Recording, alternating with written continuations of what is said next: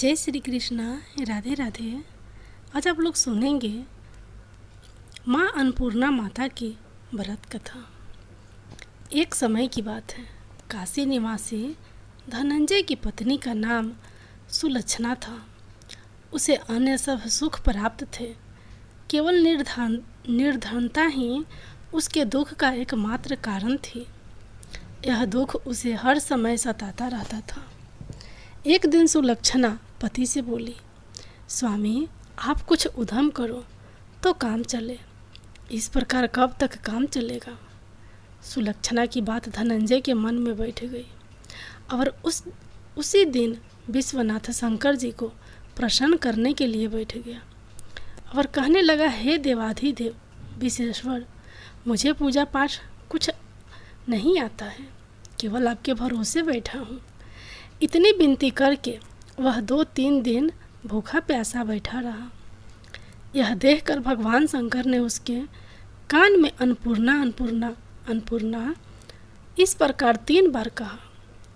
यह कौन क्या कह गया, इसी सोच में धनंजय पड़ गया कि मंदिर से आते ब्राह्मणों को देखकर पूछने लगा, पंडित जी अन्नपूर्णा कौन है। ब्राह्मणों ने कहा, तू अन्न छोड़ बैठा है तो तुझे अन्न की ही बात सोचती है, जा घर जाकर अन्न ग्रहण कर। धनंजय घर गया, स्त्री से सारी बातें कही। वह बोली, नाथ चिंता मत करो, स्वयं शंकर जी ने यह मंत्र दिया है, वे स्वयं ही खुलासा करेंगे, आप फिर जाकर उनकी आराधना करो। धनंजय फिर जैसा का तैसा पूजा में बैठ गया। रात्रि में शंकर जी ने आज्ञा दी और कहा, तो पूर्व दिशा में चला जा। वह अन्नपूर्णा का नाम जपता जाता और रास्ते में फल खाता, झरनों का पानी पीता जाता। इस प्रकार कितने ही दिनों तक चलता गया। वहाँ उसे चांदी सी चमकती वन की शोभा देखने में आई। सुंदर सरोवर देखने में या उसके किनारे कितनी ही अप्सराएं झुंड बनाए बैठी थी। एक कथा सुनती और सब मिलकर माँ अन्नपूर्णा इस बार बार कहती थी। यह अगहन मास की उजेली रात्रि थी और आज से ही व्रत का आरंभ था। जिस शब्द की खोज करने वह निकला था वह उसे वहाँ सुनने को मिला। धनंजय ने उनके पास जाकर पूछा, हे देवियों आप यह क्या करती हो। उन सब ने कहा, हम सब माँ अन्नपूर्णा का व्रत करती हैं। धनंजय ने पूछा, व्रत पूजा करने से क्या होता है, यह किसी ने किया भी है, इसे कब किया जाए, कैसा व्रत है, मैं और कैसी विधि है, मुझसे भी विस्तार से बतलाओ। वे कहने लगी, इस व्रत को सब कोई कर सकते हैं। 21 दिन तक के लिए 21 गांठ का सूत लेना चाहिए। 21 दिन यदि ना बने तो 1 दिन उपवास करे। यह भी ना बने तो केवल कथा सुनकर प्रसाद ले। निराहार रहकर कथा कहे। कथा सुनने वाला कोई ना मिले तो पीपल के पत्तों को रख, सुपारी या घृत कुमारी गुवार पाठ वृक्ष को सामने कर, दीपक को साक्षी कर, सूर्य, गाय, तुलसी या महादेव को बिना कथा सुनाए मुख में दाना ना डाले। यदि भूल से कुछ पड़ जाए तो 1 दिवस फिर उपवास करे। व्रत के दिन क्रोध ना करे और झूठ ना बोले। धनंजय बोला, इस व्रत के करने से क्या होगा। वे कहने लगी, इसके करने से अंधों को नेत्र मिले, लूलों को हाथ मिले, निर्धन के घर धन आए, बांझी को संतान मिले, मूर्ख को विद्या आए। जो जिस काम से व्रत करे माँ उसकी इच्छा पूरी करती है। यह कहने लगा, बहनों मेरे पास भी धन नहीं है, विद्या नहीं है, कुछ भी तो नहीं है, मैं तो दुखिया ब्राह्मण हूँ, मुझे इस व्रत का सूत दोगी। हाँ भाई तेरा कल्याण हो, हम तुम्हें अवश्य देंगी, ले इस व्रत का सूत ले। धनंजय ने व्रत किया। व्रत पूरा हुआ तभी सरोवर में से 21 खंड की सुवर्ण सीढ़ी हीरा मोती जरी हुई प्रकट हुई। धनंजय जय अन्नपूर्णा अन्नपूर्णा कहता जाता था। इस प्रकार कितनी ही सीढ़ियाँ उतर गया तो क्या देखता है कि करोड़ों सूर्य से प्रकाशमान अन्नपूर्णा माँ का मंदिर है। उसके सामने सुवर्ण सिंहासन पर माता अन्नपूर्णा विराजमान है। सामने भिक्षा हेतु शंकर भगवान खड़े हैं।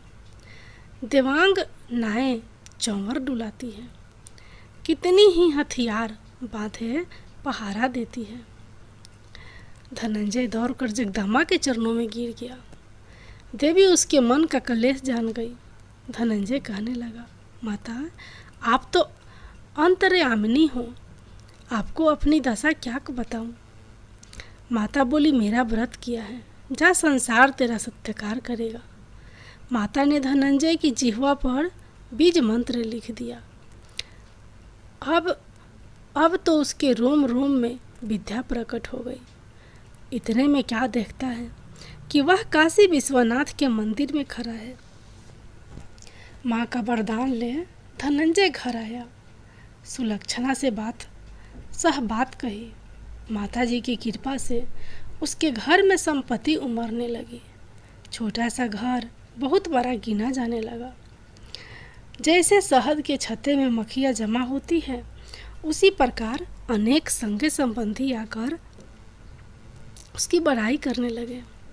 कहने लगे, इतना धन और इतना बड़ा घर, सुंदर संतान नहीं तो इस कमाई का कौन भोग करेगा।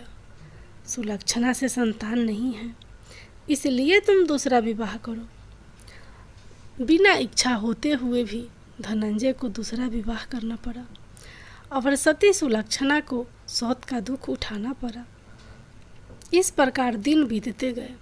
फिर अगहन मास आया। नए बंधन से बंधे पति से सुलक्षणा ने कहलाया कि हम व्रत के प्रभाव से सुखी हुए हैं, इस कारण यह व्रत छोड़ना नहीं चाहिए। यह माता जी का प्रताप है जो हम इतने संपन्न और सुखी हैं। सुलक्षणा की बात सुनकर धनंजय उसके यहाँ आया और व्रत में बैठ गया। नई बहू को इस व्रत की खबर नहीं थी। वह धनंजय के आने की राह देख रही थी। दिन बीतते गए और व्रत पूर्ण होने में 3 दिवस बाकी थे कि नई बहू को खबर पड़ी। उसके मन में ईर्ष्या की ज्वाला दहकने लगी थी। सुलक्षणा के घर आ पहुंची और उसने वहां भगदड़ मचा दी। वह धनंजय को अपने साथ ले गई। नए घर में धनंजय को थोड़ी देर के लिए निंद्रा ने आ दबाया। इसी समय नई बहू ने उसका व्रत का सूत तोड़कर आग में फेंक दिया। अब तो माताजी का कोप जाग गया। घर में अकस्मात आग लग गई। सब कुछ जलकर खाक हो गया। सुलक्षणा जान गई और पति को फिर अपने घर ले आई। नई बहू रूठकर पिता के घर जा बैठी। पति को परमेश्वर मानने वाली सुलक्षणा बोली, नाथ घबराना नहीं, माता जी की कृपा अलौकिक है। पुत्र को पुत्र हो जाता है पर माता को माता नहीं होती। अब आप श्रद्धा और भक्ति से आराधना शुरू करो, वे जरूर हमारा कल्याण करेंगे। धनंजय फिर माता के पीछे पड़ गया। फिर वहीं सरोवर सीढ़ी प्रकट हुई। उसमें माँ अन्नपूर्णा कहकर वह उतर गया। वहां जाकर माता जी के चरणों में रुदन करने लगा।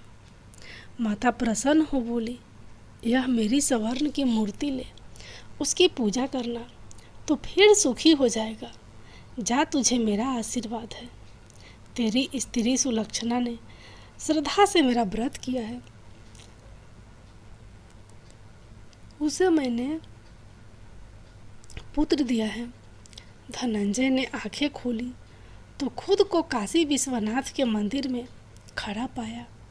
वहां से फिर उसी प्रकार घर को आया। इधर सुलक्षणा के दिन चढ़े और महीने पूरे होते ही पुत्र का जन्म हुआ। गांव में आश्चर्य की लहर दौड़ गई।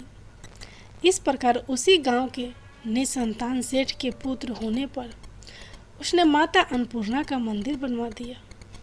उसमें माता जी धूमधाम से पधारी, यज्ञ किया और धनंजय को मंदिर के आचार्य का पद दे दिया। जीविका के लिए मंदिर की दक्षिणा और रहने के लिए बड़ा सुंदर सा भवन दिया। धनंजय स्त्री पुत्र सहित वहाँ रहने लगा। माता जी की चढ़ावे में भरपूर आमदनी होने लगी। उधर नई बहू के पिता के घर डाका पड़ा, सब लूट गया। वे भीख मांग कर पेट भरने लगे।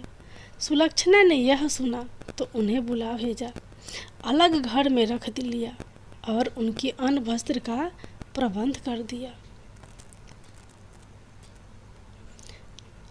माँ अन्नपूर्णा की जय हो।